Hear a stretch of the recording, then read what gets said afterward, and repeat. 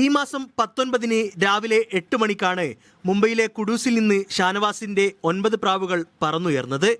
ആകാശത്തിന്റെ അതിർവരമ്പുകൾ കീഴടക്കി ഇതിലെ ആദ്യ പ്രാവ് 20-ന് ഉച്ചയോടെ 12 മണിക്ക് തിരൂരിലെ ഷാനവാസിന്റെ വീട്ടിലെത്തി. രണ്ടാമത്തെ പ്രാവ് 20-ന് ഉച്ചയ്ക്ക് 2 മണിക്കും മൂന്നാമത്തേത് 23-ാം തീയതിയും വീടണഞ്ഞു.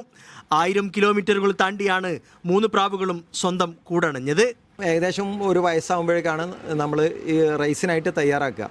അപ്പോൾ പ്രാവുകൾ നമ്മൾ ലോഫ്റ്റിൽ പറക്കും. അത് ആദ്യം പറക്കുന്ന ഒരു 10 മിനിറ്റ് 5 മിനിറ്റൊക്കെ പറക്കുന്നുണ്ടാവുള്ളൂ. പിന്നെ അത് സമയമെടുത്ത് പറക്കാൻ തുടങ്ങും. 1/2 മണിക്കൂർ, 3/4 മണിക്കൂർ, 1 മണിക്കൂർ, 1.5 മണിക്കൂറൊക്കെ പറക്കും. പിന്നെ അവർ പറന്ന് അവരെ കാണാണ്ടാവും. അവർ ദൂരേക്ക് പോകും. വലിഞ്ഞ് പറക്കുന്നതിന് പറയാം. ഞങ്ങളെ ഭാഷ പറഞ്ഞാൽ സവാരി പോകുന്നവർ.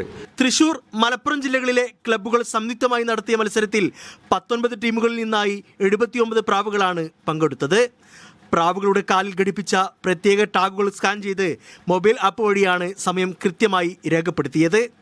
മത്സരത്തിലെ 1ഉം 2ഉം സ്ഥാനം ഷാനവാസിന്റെ പ്രാവുകൾ സ്വന്തമാക്കി.